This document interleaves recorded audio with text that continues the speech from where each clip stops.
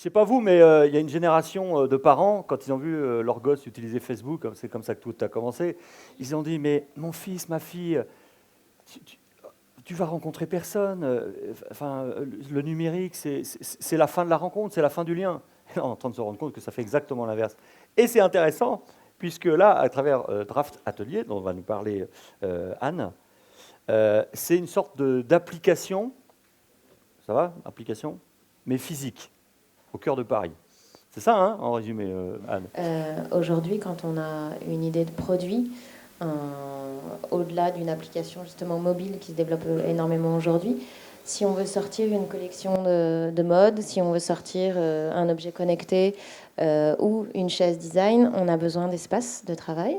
Donc évidemment, il faut concevoir. Donc on a besoin d'une chaise, d'une table. Aujourd'hui, un espace de coworking peut vous offrir ça, ou même chez vous.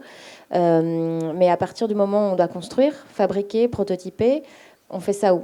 Donc on s'est dit qu'on pouvait faire ça chez nous, où on met à dispo des machines, des imprimantes 3D, une découpe laser, un atelier de menuiserie, Mais aussi une machine à coudre. une machine à coudre, Ouais. voilà, toute une batterie de matériel, de matériaux qui vous permettent de passer de l'idée au prototype et ensuite d'un prototype à un produit qu'on pourra vendre sur la plateforme aussi qui est connectée. Donner un destin à vos idées. Elle n'est pas belle, cette phrase?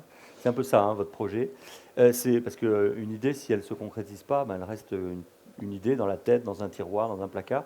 Vous, c'est ça, c'est donner la possibilité aux gens, venez tester votre idée pour la rendre réelle. C'est un Tout à peu ça, fait. votre projet. C'est déjà de la passer de la tête au cahier.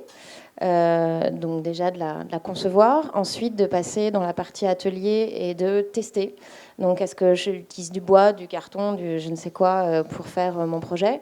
Si j'ai besoin d'un designer, d'un ingénieur parce que c'est connecté, j'ai besoin d'une technologie spécifique, où est-ce que je le rencontre? Donc je peux le rencontrer aussi là-bas. Et in fine, la dernière machine de l'atelier, c'est la machine de vente. Et on a créé une plateforme de vente en ligne qui permet aux créateurs de tester son produit via la vente en précommande. Donc il ne produit que ce qu'il a vendu. Génial. Donc pour lui Donc, permettre de rester sur une base assez safe de production. On donc est vous, sur de la voilà, micro-industrialisation c'est ça. qu'on ne trouve pas aujourd'hui, qui est très compliquée à trouver. Mais là où ça devient vraiment génial, Alpajol. c'est que votre manière de faire qu'une idée toute petite là, qui pourrait mourir, vous lui donnez une existence, et du coup ça intéresse des grandes entreprises, ça intéresse des collectivités locales qui se disent, mais attendez, cette méthode pour rendre réelle une idée, mais ça nous intéresse parce que nous on n'y arrive pas, ou on y arrive mal.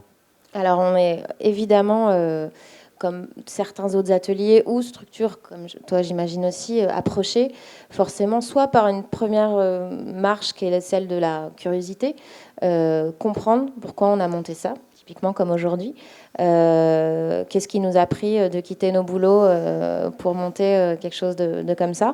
Et ensuite, pourquoi pas le reproduire, soit à une échelle interne pour une grande entreprise, ou pour monter un projet avec une communauté, une commune ou une institution. Donc oui, on arrive à dispenser un savoir qui commence à devenir un peu plus précis avec le temps. C'est que vous, il n'y a pas de différence entre business et valeur, le sens et gagner sa vie. Tout ça, ça va ensemble. Il n'y a pas de dichotomie, il n'y a pas l'un qui s'oppose à l'autre. Ben, on n'a pas envie d'y croire, même si clairement, il faut quand même se battre tous les jours pour faire émerger une entreprise. Mais ça, pour le coup, c'est pas nous, c'est le monde généralement de l'entrepreneuriat. Après, je pense oui que les valeurs qu'on a sont celles qu'on a profondément, humainement, envie de transmettre. Donc, comme on disait sur le management, je pense qu'on essaye d'avoir aussi un rapport aux gens avec qui on travaille le plus sain possible, quand bien même on ne peut pas écarter certaines nécessités dues au fait qu'on a pris un engagement, et puis on va engager des gens, donc on leur doit aussi des choses, même si c'est à double sens. Mais... Merci beaucoup, on peut les applaudir. Merci à vous. Merci à tous les deux.